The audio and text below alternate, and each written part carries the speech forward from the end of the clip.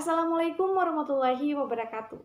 Teman-teman, pada video ini saya akan membahas materi mengenai hukum perlindungan konsumen. Nah, teman-teman, mengapa konsumen itu perlu dilindungi? Siapa konsumen itu? Apa saja hak dan kewajiban konsumen? Dan masih banyak pertanyaan lagi. Oke teman-teman, sebelum membahas materinya secara lengkap, perkenalkan terlebih dahulu, nama saya Sonia X4F dengan NIM 1904010010147. Oke teman-teman, kita masuk pada pembahasan pertama, yaitu apa itu konsumen. Jadi, istilah konsumen berasal dari bahasa Inggris Amerika, yakni dari kata consumer. Nah, secara harafiah, arti kata konsumen adalah lawan dari produsen atau setiap orang yang menggunakan barang. Konsumen pada umumnya diartikan sebagai pemakai terakhir dari produk yang diserahkan kepada mereka oleh pengusaha, yaitu setiap orang yang mendapatkan barang untuk dipakai dan tidak untuk diperdagangkan atau diperjualbelikan lagi. Nah, adapun sejarah legislasi Undang-Undang Perlindungan Konsumen atau UU-PK, yakni pada Undang-Undang Nomor 8 Tahun 1999 tentang perlindungan konsumen, yakni pada Lembaran Negara Republik Indonesia tahun 1999 nomor 42 dan tambahan Lembar Negara Republik Indonesia nomor 3821. Oke, adapun pada tahap pertama yaitu pada era tahun 1980-an, ada dominan suara lembaga konsumen sebagai inisiator perlunya Undang-Undang Perlindungan Konsumen. Namun, instansi pemerintah belum peduli bahkan curiga dengan hadirnya UU-PK akan menghambat laju pertumbuhan pembangunan ekonomi. Pada tahap kedua, era awal tahun 90-an, pemerintah dalam hal ini, Departemen Perdagangan, sudah memiliki kesadaran tentang arti penting adanya UU-PK. Kemudian, diwujudkan adanya dua naskah RUU Perlindungan Konsumen, yaitu kerjasama dengan FHUGM dan Lembaga Penelitian UI, dan kemudian tidak dapat dibahas di DPR. Nah, adapun pada tahap ketiga, yakni pada era akhir tahun 90-an, tidak hanya diperjuangkan oleh lembaga konsumen dan Departemen Perdagangan, tetapi juga adanya tekanan lembaga keuangan internasional atau International Monetary Fund atau IMF. Oke, selanjutnya pembahasan mengenai Undang-Undang Nomor 8 Tahun 1999 tentang perlindungan konsumen. Lahirnya undang-undang ini memberikan harapan bagi masyarakat Indonesia untuk memperoleh perlindungan atas kerugian yang diderita atas transaksi suatu barang dan jasa. UU-PK ini menjamin adanya kepastian hukum bagi konsumen. Nah, pada pasal 1 angka 1 berbunyi perlindungan konsumen adalah segala upaya yang menjamin adanya kepastian hukum untuk memberi perlindungan kepada konsumen. Adapun pada pasal 1 angka 2 berbunyi, konsumen adalah setiap orang pemakai barang dan atau jasa yang tersedia dalam masyarakat baik bagi kepentingan diri sendiri, keluarga, orang lain maupun makhluk hidup lain dan tidak untuk diperdagangkan. Nah, dari pengertian tersebut terkandung beberapa unsur, di antaranya yang pertama setiap orang. Nah, apa yang dimaksud dengan orang di sini? Di sini yang dimaksud orang adalah tidak sebatas orang perorangan, namun termasuk juga badan hukum, baik itu perusahaan, firma, CV, PT, dan sebagainya. Yang kedua, unsur pemakai. Nah, yang dimaksud pemakai di sini adalah pemakai bukan saja pemakai langsung, tetapi juga pemakai yang dirugikan atas pemakaian tersebut. Yang ketiga, barang. Barang di sini diartikan setiap benda baik berwujud maupun tidak berwujud, bergerak maupun tidak bergerak, yang dapat diperdagangkan dan dimanfaatkan oleh konsumen. Misalnya, motor, tanah, dan sebagainya. Yang keempat, jasa. Jasa diartikan setiap pelayanan yang berbentuk pekerjaan atau prestasi yang disediakan bagi masyarakat untuk dimanfaatkan oleh konsumen. Misalnya, jasa penerbangan, jasa pengiriman, atau jasa pelayanan kesehatan. Yang kelima, tersedia di masyarakat. Maksudnya bahwa barang atau jasa yang ditawarkan kepada masyarakat itu harus sudah tersedia di masyarakat. Namun di dalam perkembangannya dimungkinkan barang itu masih akan ada. Misalnya, pembangunan rumah yang akan ada atau kita memesan mobil yang akan ada di kemudian hari. Yang keenam, barang dan jasa tidak untuk diperdagangkan. Artinya bahwa konsumen yang dimaksud adalah konsumen akhir, di mana konsumen akhir adalah pengguna atau pemanfaat akhir dari suatu produk. Oke, selanjutnya pasal 1 angka 3 yang berbunyi pelaku usaha adalah setiap orang perorangan atau badan usaha baik yang berbentuk badan hukum maupun bukan badan hukum, yang didirikan dan berkedudukan atau melakukan kegiatan dalam wilayah hukum negara Republik Indonesia, baik sendiri maupun bersama-sama melalui perjanjian menyelenggarakan kegiatan usaha dalam berbagai bidang ekonomi. Nah, adapun penjelasannya, pelaku usaha yang termasuk dalam pengertian ini adalah perusahaan, korporasi, BUMN, koperasi, importir, pedagang, distribusi, dan lain-lain. Adapun pada pasal 1 angka 4 berbunyi, barang adalah setiap benda, baik berwujud maupun tidak berwujud, baik bergerak maupun tidak bergerak, dapat dihabiskan maupun tidak dapat dihabiskan, yang dapat untuk diperdagangkan, dipakai, dipergunakan, atau dimanfaatkan oleh konsumen. Nah, adapun pada pasal 1 angka 5 berbunyi jasa adalah setiap pelayanan yang berbentuk pekerjaan atau prestasi yang disediakan bagi masyarakat untuk dimanfaatkan oleh konsumen. Oke teman-teman, kita masuk pada pembahasan selanjutnya yaitu hukum perlindungan konsumen. Jadi, perlindungan konsumen adalah segala upaya yang menjamin adanya kepastian hukum untuk memberikan perlindungan kepada konsumen. Nah, adapun pengertian hukum perlindungan konsumen adalah keseluruhan asas-asas dan kaidah yang mengatur dan melindungi konsumen dalam hubungan dan masalah penyediaan dan penggunaan produk konsumen antara penyedia dan penggunaannya dalam bermasyarakat. Jadi pada umumnya, hukum umum yang berlaku dapat pula merupakan hukum konsumen, sedang bagian-bagian tertentunya yang mengandung sifat-sifat membatasi, mengatur syarat-syarat tertentu perilaku kegiatan usaha, dan atau melindungi kepentingan konsumen merupakan hukum perlindungan konsumen. Adapun kegiatan perlindungan konsumen seperti halnya juga pengaturan perilaku persaingan tidak wajar, monopoli atau oligopoli dari pengusaha dapat berfungsi sebagai dorongan efisiensi dalam kegiatan usaha dan kesejahteraan masyarakat. Karena itu seharusnya upaya perlindungan konsumen mendapat porsi yang seimbang dengan perlindungan pada pengusaha yang jujur dan beretikat baik, serta pencegahan berbagai perilaku kegiatan usaha yang menimbulkan dampak negatif terhadap kesejahteraan masyarakat. Oke, selanjutnya alasan pokok konsumen perlu dilindungi. Yang pertama, melindungi konsumen sama dengan melindungi seluruh bangsa sebagaimana diamanatkan oleh Tujuan Pembangunan Nasional menurut Undang-Undang Dasar 1945. Yang kedua, melindungi konsumen perlu untuk melahirkan manusia-manusia yang sehat rohani dan jasmani sebagai pelaku-pelaku pembangunan yang berarti juga untuk menjaga kesinambungan pembangunan nasional.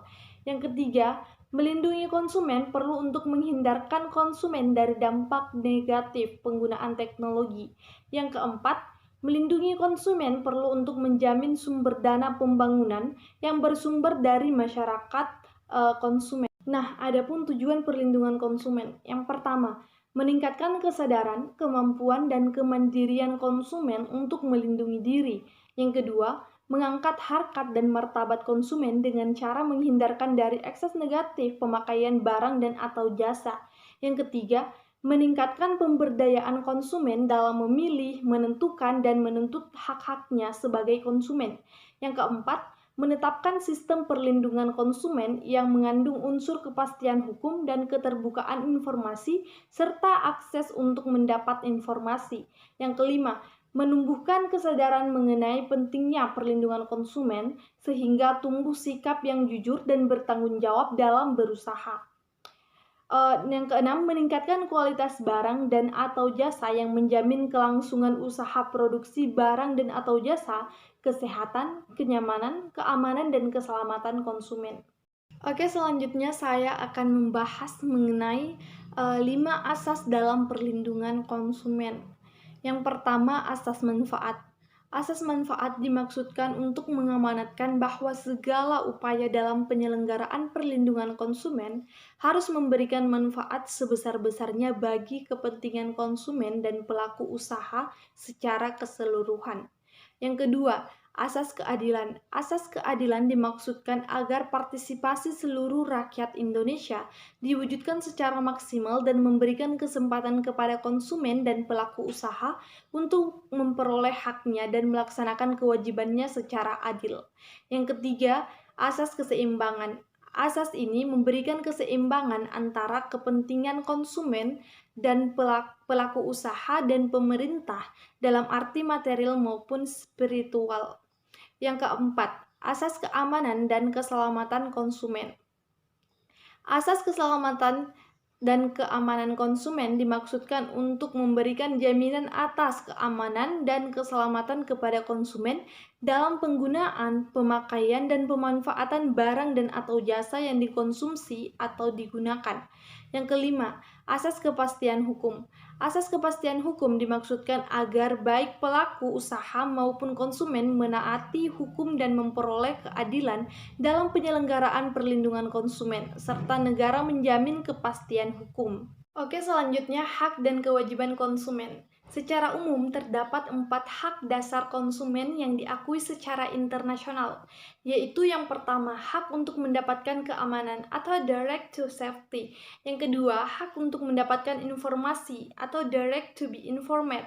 Yang ketiga, hak untuk memilih atau the right to choose. Yang keempat, hak untuk didengar atau the right to be heard. Dan adapun hak-hak lainnya seperti ini. Oke, selanjutnya kewajiban konsumen. Jadi kewajiban konsumen itu ada 4. Nah, sedangkan kewajiban pelaku usaha seperti ini. Jadi kewajiban pelaku usaha itu ada 6, dan adapun hak pelaku usaha terdapat 5 poin, diantaranya seperti ini. Nah, oke teman-teman, selanjutnya kita masuk pada larangan bagi pelaku usaha. Jadi terdapat 10 larangan bagi pelaku usaha, diantaranya seperti ini. Oke, selanjutnya kelembagaan perlindungan konsumen. Jadi teman-teman, jika terjadi masalah, ada beberapa lembaga yang menjadi tempat untuk pihak konsumen melakukan perlindungan menuntut hak mereka. Jadi terdapat 3 lembaga perlindungan konsumen, diantaranya yang pertama, Badan Perlindungan Konsumen Nasional atau BPKN, yang kedua Lembaga Perlindungan Konsumen Swadaya Masyarakat atau LPKSM, yang ketiga Badan Penyelesaian Sengketa Konsumen atau BPSK. Nah, adapun tugas Badan Perlindungan Konsumen Nasional terdapat 7 poin, diantaranya seperti ini. Sedangkan adapun tugas dan wewenang BPSK terdapat 13 poin, diantaranya seperti ini. Oke, selanjutnya prosedurnya, diantaranya yang pertama, hak gugat lembaga konsumen atau legal standing, yang kedua gugatan kelompok atau class action, yang ketiga beban pembuktian terbalik. Nah, adapun hak gugat lembaga konsumen atau legal standing, pasal 46 ayat 1 huruf C, yaitu LPKSM berbentuk badan hukum atau yayasan, di mana dalam anggaran dasarnya menyebutkan dengan tegas bahwa tujuan didirikan organisasi tersebut adalah untuk kepentingan perlindungan konsumen, di mana telah melaksanakan kegiatan sesuai dengan anggaran dasarnya. Adapun pada gugatan kelompok atau class action, pasal 46 ayat 1 huruf B disebutkan, gugatan kelompok harus diajukan oleh konsumen yang benar-benar dirugikan dan dapat dibuktikan secara hukum. Salah satu di antaranya adalah bukti transaksi. Oke, selanjutnya beban pembuktian terbalik, di mana terdapat pada pasal 22 Undang-Undang Perlindungan Konsumen disebutkan pembuktian terhadap ada tidaknya unsur kesalahan dalam kasus pidana merupakan beban dan tanggung jawab pelaku usaha tanpa menutup kemungkinan bagi jaksa untuk melakukan pembuktian. Adapun pada pasal 28 Undang-Undang Perlindungan Konsumen disebutkan pembuktian tersebut ada tidaknya unsur kesalahan dalam gugatan ganti rugi merupakan beban dan tanggung jawab pelaku usaha. Oke, selanjutnya kita masuk pada contoh kasus dari pelanggaran perlindungan konsumen. Salah satu contohnya yaitu seperti ini, di mana Yayasan Lembaga Konsumen Indonesia atau YLKI menilai Sriwijaya Air telah melanggar Undang-Undang Nomor 8 Tahun 1999 tentang perlindungan konsumen lewat program Sriwijaya Travel Pass. Setidaknya ada 2 poin yang dilanggar oleh manajemen perusahaan, di mana Kepala Bidang Pengaduan dan Hukum YLKI Sularsi mengatakan manajemen memberikan aturan baru di tengah perjanjian. Selain itu, Sularsi juga menyebut bahwa Sriwijaya Air tidak memberikan informasi utuh terkait program SJ Travel Pass pada perjanjian awal. Padahal dalam Undang-Undang Nomor 8 Tahun 1999 tentang Perlindungan Konsumen, Pasal 4 ayat C disebutkan bahwa konsumen memiliki hak atas informasi yang benar, jelas, dan jujur mengenai kondisi dan jaminan suatu barang atau jasa. Nah, SJ Travel Pass disebut tidak memberikan informasi utuh lantaran tidak menyertakan term and condition kepada konsumen SJ Travel Pass. Selain itu, Sriwijaya Air juga tidak merincikan batasan waktu reservasi tiket bagi anggota SJ Travel Pass. Akhirnya, terjadi persaingan antara anggota dan non-anggota dalam pembelian tiket, terutama pada saat masa puncak penerbangan. Melihat kondisi tersebut, ia menegaskan bahwa sikap Sriwijaya Air tersebut sangat merugikan konsumen. Oke, sekian materi yang dapat saya sampaikan. Kurang lebihnya mohon dimaafkan. Billahi taufiq wal hidayah. Wassalamualaikum warahmatullahi wabarakatuh.